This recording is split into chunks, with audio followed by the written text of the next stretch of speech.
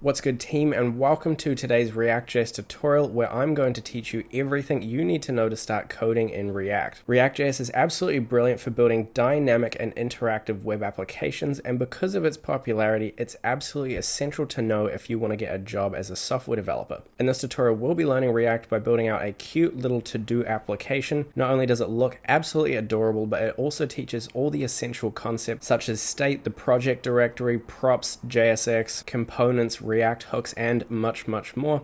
And at the end of the video, we'll even deploy it live to the internet so that you have a link that you can share with your family and friends. The video is completely beginner friendly, so it doesn't matter if you've never touched React before. We'll start from the very beginning. And by the end of the video, not only will you have a live React.js project, a super clean code base that you can show off to prospective employers, but you'll also have a comprehensive understanding of all the core React concepts so that you can go out and build your own amazing React.js applications. My name's James, and I've taught thousands of people how to code on this channel. If you're new here, smash the subscribe button as I upload new videos every single week. And now it's time for the fun part. We can jump into some code and start building out our React project. Now, the first thing I've done is I've opened up a terminal or a command line, and I've navigated myself into the project directory of my choosing using the cd command. Now, to actually initialize a React project, we need to have Node installed on our devices, on our computers.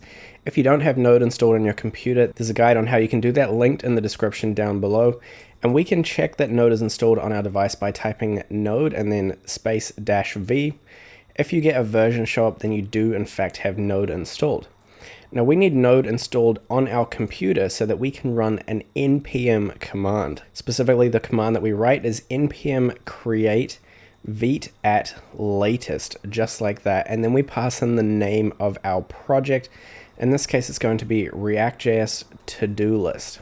So once again, that's npm create vite at latest reactjs to-do list. If we hit enter, that's going to prompt us to potentially install Vite.js. You may have to just type Y for yes. After that, you should be asked to select a framework. We'll go down to React, hit enter, we'll select JavaScript, and just like that, our project has been installed. It's super fast. Now, to understand React, it's good if you do have a baseline knowledge of HTML, CSS, and JavaScript. If you want to brush up on them, there are some tutorials linked for you in the description down below. So with our project created, it's now time we open up our code editor. Once again, the link to install VS Code is in the description down below if you don't already have it.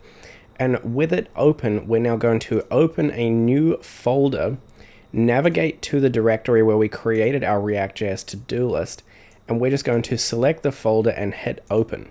That's going to boot up the project directory. Here we can see we have the project name, React.js to-do list. We have our Explorer, in which we have some folders. We've got the public folder and the source folder, in addition to a bunch of other files here. Now, essentially, how a React project works, there's a couple of core files. Predominantly, it's the index.html, the app.jsx, and the main.jsx. And basically, how React works in general is we write a whole lot of React code. It gets converted to HTML, and it gets rendered inside of this div with the ID of root. Now, when we write React code, we do it using componentry, where componentry allows us to compartmentalize our application. This can save us from writing code repeatedly. Instead, we can just create a component, reuse that same component so we can write it once, use it numerous times, and it also allows us to categorize our application into components of related logic. For example, in our application, if we come inside of the source directory, we can create a new folder called components, and in here we're going to make some components in a second. Now, some other interesting files, we have a package.json. The only interesting things in here are the dependencies. If you have them, we don't need any for our project. In addition to the scripts, we'll be using this developer script here shortly, and we'll see what it does.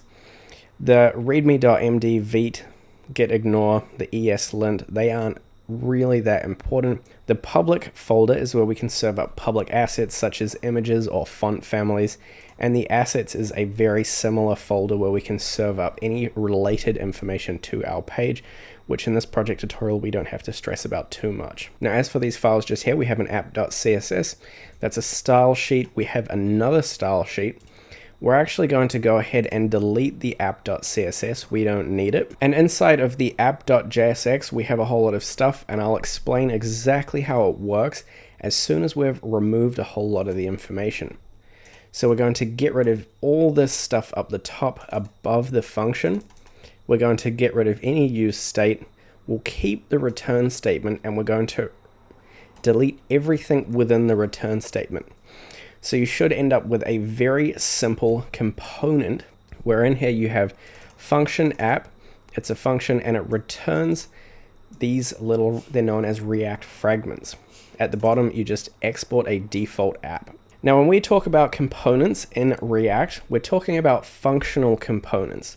And essentially what a functional component is it's a function. It's got a name. In this case, this one is called app. We can have loads of them and we'll make more soon. The function name is always capitalized, just like the component file name is capitalized. They will always match as well. And in the function, we can have a whole lot of logic, but what we return from the function is known as JSX. For example, in here, I can have a div, which is just standard HTML. And JSX is just HTML, plain old HTML, where we can write JavaScript inside of it. For example, I can use the curly braces and I can have 4x4, and that is JavaScript that will be executed within the HTML. Now that's super special about React because in traditional vanilla web development, you would have to write a whole lot of logic in a separate part of the document and manually update the div to contain 4x4, which is 16. Here we can just write JavaScript straight inside the JSX, also known as the JavaScript friendly HTML. So this is one functional component. This is our biggest parent functional component. Inside of our app is where all the magic is going to happen. We're going to create another component. This one's going to be called To-Do Input.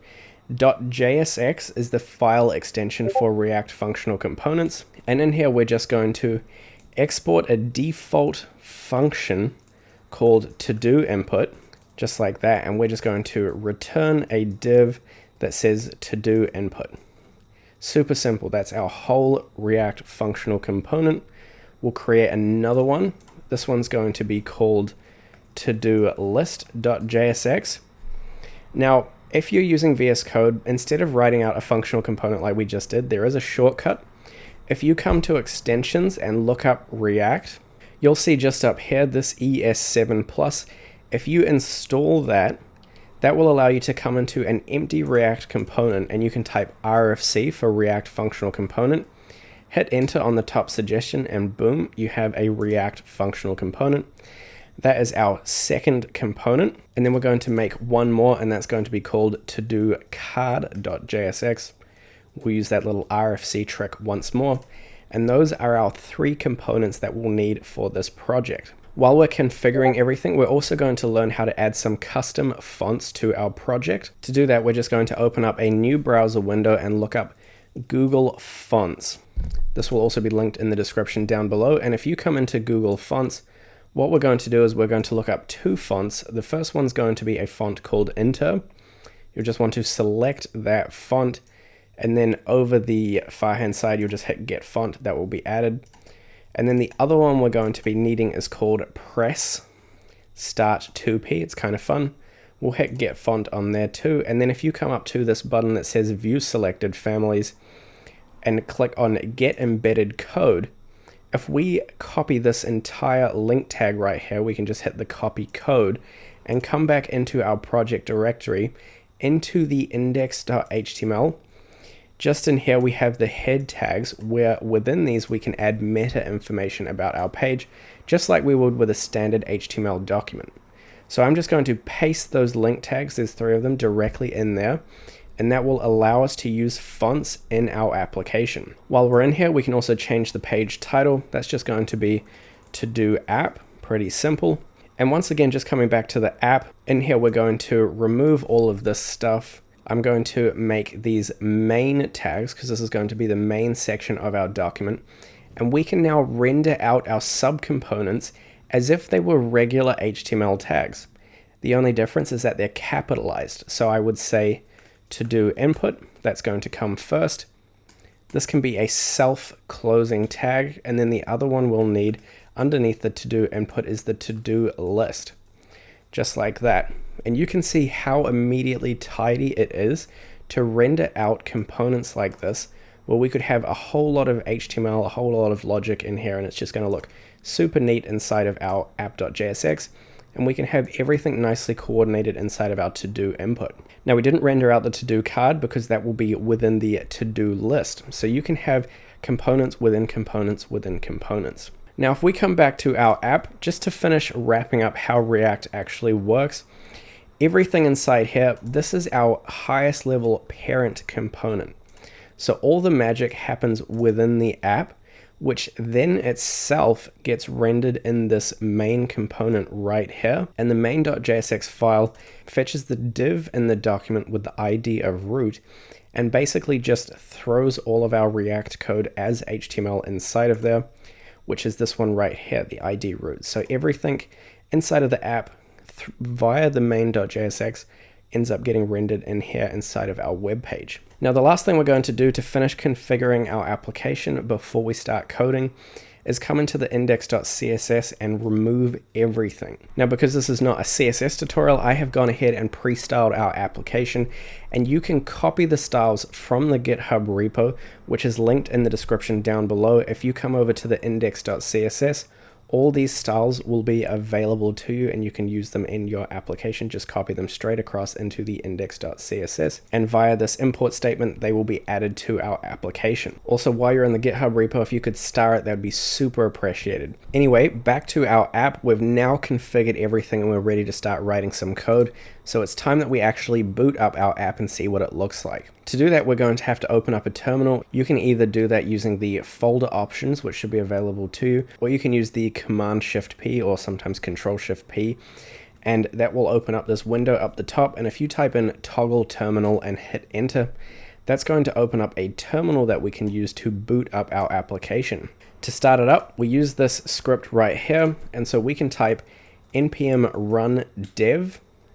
And that's not going to do anything because we first have to run npm install all of the node dependencies, everything right here, which is React and React DOM. And then once that's done, we can go ahead and rerun the command npm run dev. And that starts up our application on localhost 5173. So with that open, we can paste that up here. And if we hit enter, we get a nearly blank application. All we have is the components returning the to-do list div and the to-do input div right there. And that's what shows up on our screen. Now, the first component we're going to develop is the to-do input. So the first thing we're going to do to this to-do input is we're actually going to change them to header tags because we don't technically have any other kind of header except for the inputs that we're about to add. Inside of here, we're also going to create an input. This is going to have a placeholder that says enter to-do ... and that's a self-closing tag. And after that, we're going to have a button that says add.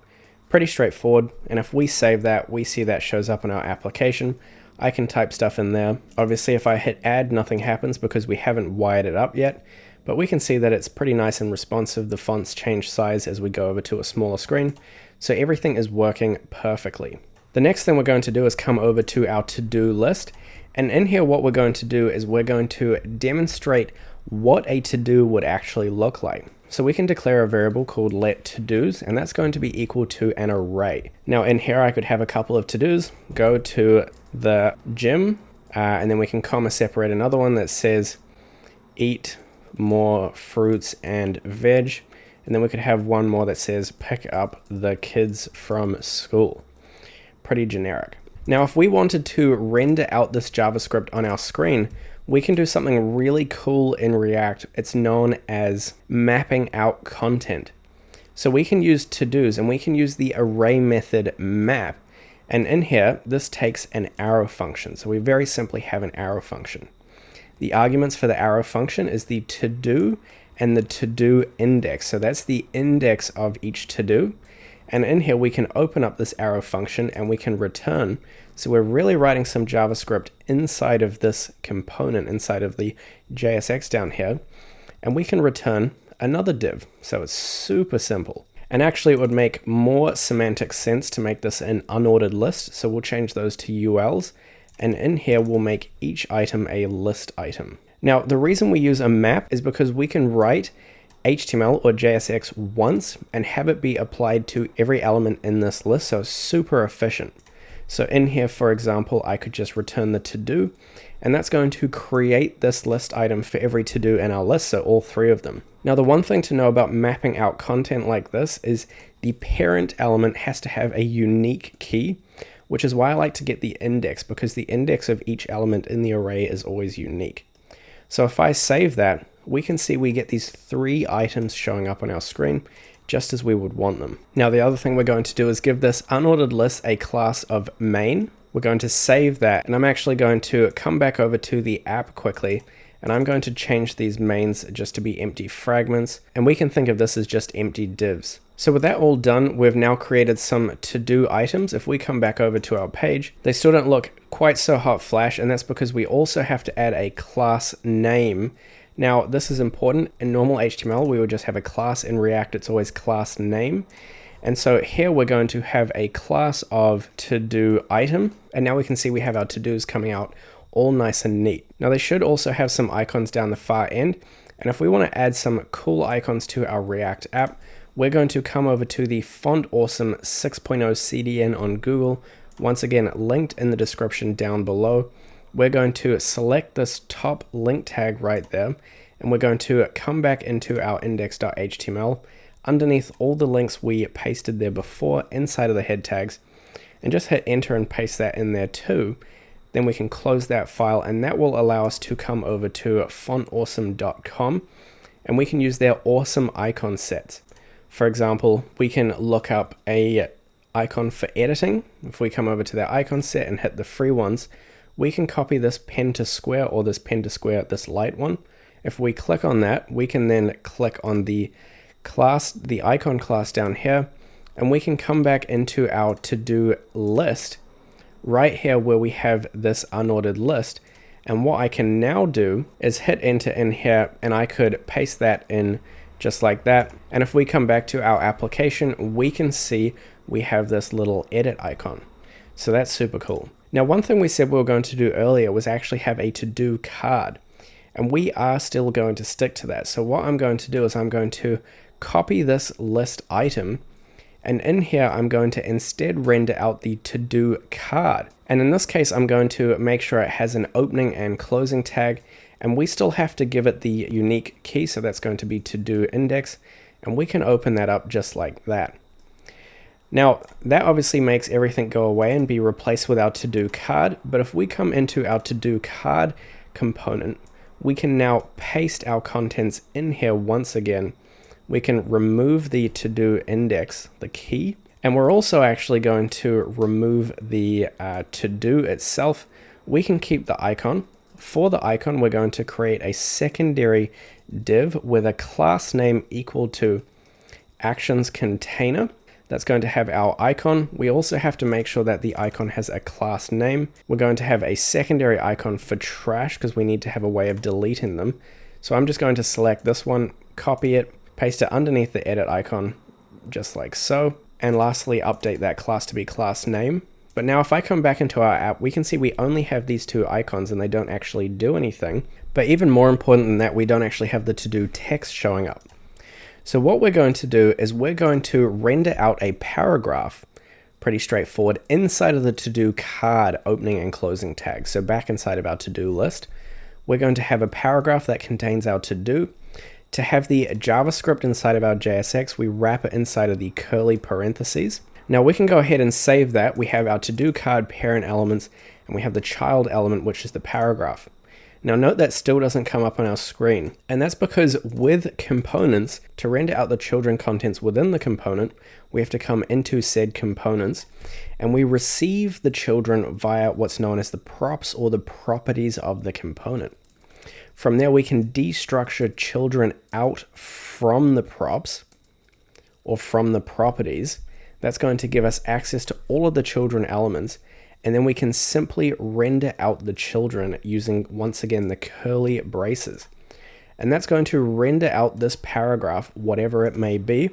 And now we can see we have it showing up on our screen. So that's super cool. We're rendering out a bunch of to-dos. These buttons still don't work, and obviously if I hit add, nothing happens, but that's what we're going to focus on next. So to manage all of our to-dos, we're going to have this list or some form of list. Now, one thing you have to know about components in React is that there is a communication structure that only goes down. So if you have two components at the same level within the parent component, and they both need access to the same item, for example, the same to-do list, then you have to define that to-do list in the parent elements. So both my to-do list and the to-do input need access to the actual to-do list. So I'm going to have to define it in the parent component. So I can say let to-dos inside of my main app. And from here, what I can do is I can say to-do input, you can have access to the to-do list, and the to-do list can have access to the actual to-do list, all via what's known as props, but a different form of props, not just the children. So what we can also do, for example, is we can pass in attributes to our component tags pretty simply by saying to-dos, just like we'd set a normal HTML to-do. But now if we have a JavaScript value, we now use the curly parentheses. And in here, I would say to-dos equal to-dos. And then if I come into my to-do list, I can receive the properties, which contains both the children and the attributes. And just like I destructured out the children property, I can also destructure out whatever it was I named that prop. So here I named it to-dos, so I can destructure out to-dos from props. We can use the destructuring syntax. Now we can see we once again have access to the to-do list inside of the to-do list component, but now we could also access it inside of the to-do input. For example, I could say to-dos is equal to to-dos, like so, and now we could access that in there. Now we're not actually going to do that. We're going to do something slightly differently and use React state. Now the way to think about state is it's essentially in React, sometimes we use ordinary variables like we have here, and other times we use stateful variables, React stateful variables. And the way to differentiate the two is whenever you're defining a variable that a user is going to interact with, for example, a list that we're going to modify via user interaction in our web page, then you'll want to define it as a stateful variable. And that's super easy to do. All we do is we say const like we always do when we define a variable, except now we use the square parentheses, and in here we pass in the name of the variable, so to-dos, just like we have up here, except we have a second value in this array. We have a setter function that's used to update the value of that variable. We can't just modify it as we would a normal variable. And the way that we define this setter function is it's set plus the name of the actual variable. So if the variable is called to-dos, our setter function is just called set to-dos. And we can just say that's equal to use state. That's something that we'll have to import up the top. So we import use state up the top of our component. And in here, we call use state as a function, and you can pass in no arguments and it can have a null default value. But since we know our data type is going to be an array, we can pass in an empty array as the default value, or even for the minute, we could pass in these three array items, and that could be our default. Since we've already defined that variable, I'll have to delete the other instance of it. And just like that, if I refresh the page, we can see everything still works exactly the same, except now we have a stateful variable that we can interact with. So we're going to, inside of our to-do input, need to update the value of to-dos using the set to-dos function. But what I like to do is create a function that's used to handle update to-dos, or even better, I might actually call it handle add to-dos. And in here, this function is going to expect a new to-do, and I'm going to create a new array. It's going to be called new to-do list, and that's equal to an array. And inside of here, I'm going to spread out the old to-dos, and I'm going to bang on the new to-do on the end, and then I'm going to call the set to-dos function and just pass in the new to-do list, and that's going to update the to-do list, and everything is going to be interactive. Now, the main reason we have to follow this state syntax is because wired into it is repainting the DOM. When the state changes, the DOM or the web page is repainted, it's updated to match the new values. If we use the original variable, the web page isn't listening for changes, and so it would just stay the same, even though the JavaScript might have changed.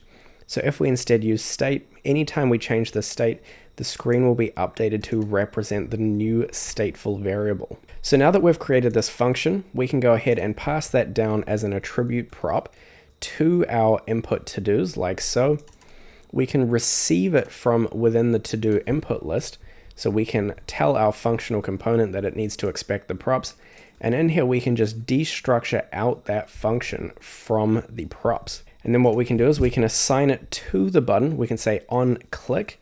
We can have an on click event. And in here, we can pass in an arrow function and we can call handle add to-dos with the current to-do value. Now currently to-do value doesn't exist, and so we have to create a variable whose value is binded to this input right here, so that when we type in this to-do entry, the variable, the stateful variable, because it's an interactive element, is being updated, and then when we handle add to-dos, it gets passed to the list via this function. So we can once ahead go and define that. We can say const to-do value and set to-do value is equal to use state. And this is going to have an empty string as a default value. So that's pretty straightforward. Now what we can do is we can bind the value to the input. We can say value is equal to do value. And we can also add an on change event. Now the on change event listens for changes, and whenever the value of the input changes, it calls this function that receives an event. And in here, we can call the set to do value function, and we can pass in e.target.value, which is the new text that gets entered into our to do input. So just with those few lines of code, we have wired up our to-do list. And now if I type stuff in here and hit add, we can see it miraculously gets updated in the to-do list state, and the screen automatically gets updated. So it's so easy to make our web pages interactive. That also means we can get rid of these default values and just leave it as an empty array. So that's pretty cool. And in here, I could say, go to the gym, hit add. And the one thing we want to change is note how this value sticks around. What we can do now is if we come into the to-do input, when we click this button and we handle add to-dos, we can also just call the set to-do value and pass in an empty string, and that will reset it to its original value. So now if I hit ×2, new input right there, and hit add, we can see the input resets. So that's all of our add logic done. The next thing we have to do is add the edit and delete logic. And the way that we're going to do that is by defining the functions in here. I'm going to define a function called handle delete to do, very simple. And all this is going to need is an index. And I'm also going to define a function called handle edit to do. And that's also going to have an index. Now we can start off with the handle delete to do because that's very simple. All we do is we say const new to-do list is equal to the current to-dos dot filter. Now the filtering method takes an arrow function, and in here we can get the to-do and we can get the to-do index of that item, and we can return whether or not we want the particular element to be saved to the new array. Basically, if the to-do index is not equal to the index, then it's allowed to stay in the array. So all we do is we pass in the index of the to-do we want to remove, and as long as the to-do index of the entries that we filter over is not equal to that dreaded index, it can stay in the new array. Once we have that new filtered array, we can simply call the set to-dos function and pass in the new to-do list.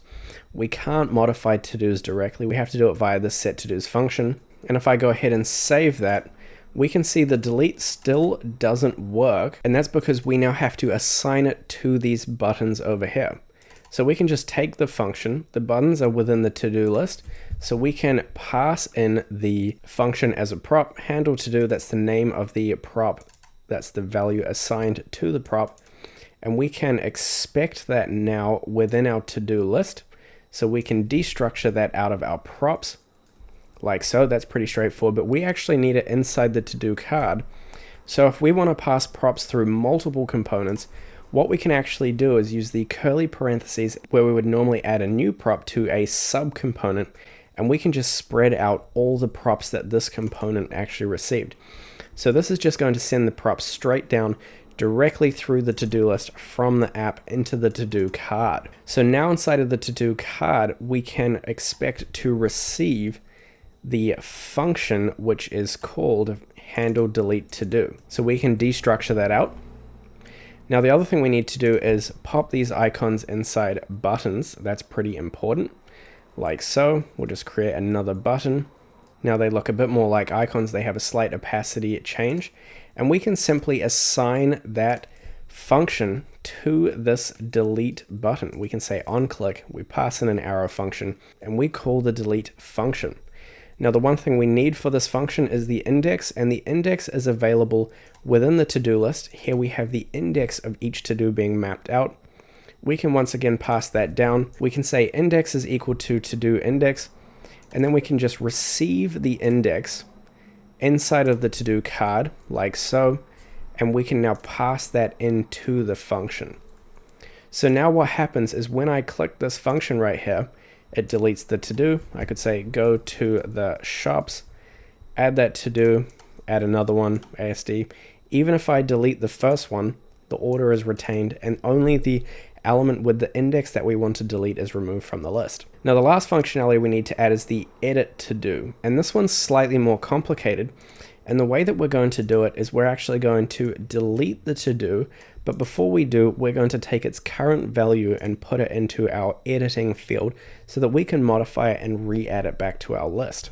Now the one complicated thing about this is that the value for this input right here is within to-do input. And since to-do input is at the same level as our to-do list, that means that our to-do list doesn't have access to the value for our to-do input. And that just means that we have to declare that state in the parent component that they both share, which is in our app directory. So just in here, I'm going to reinitialize our state inside of the app, and I'm now going to pass down both those values to the to-do input so that we can still access them as normal, but now note that our to-do list also gets access to them. So here I just pass in the set to-do value is equal to set to-do value, and now if we come back into the to-do input, we can just destructure out to-do value and set to-do value. So this will work exactly the same. That still works. Our add still works, except now, since we have access to the to-do value and the set to-do value, we can make use of them in our handle edit to-do function. So now that we have access to both these values, we can say value to be edited is equal to the to-dos, the to-do list, at the current index that we're going to edit. And then what we can do is we can say set to-do value, that's the value in the input, to the value to be edited.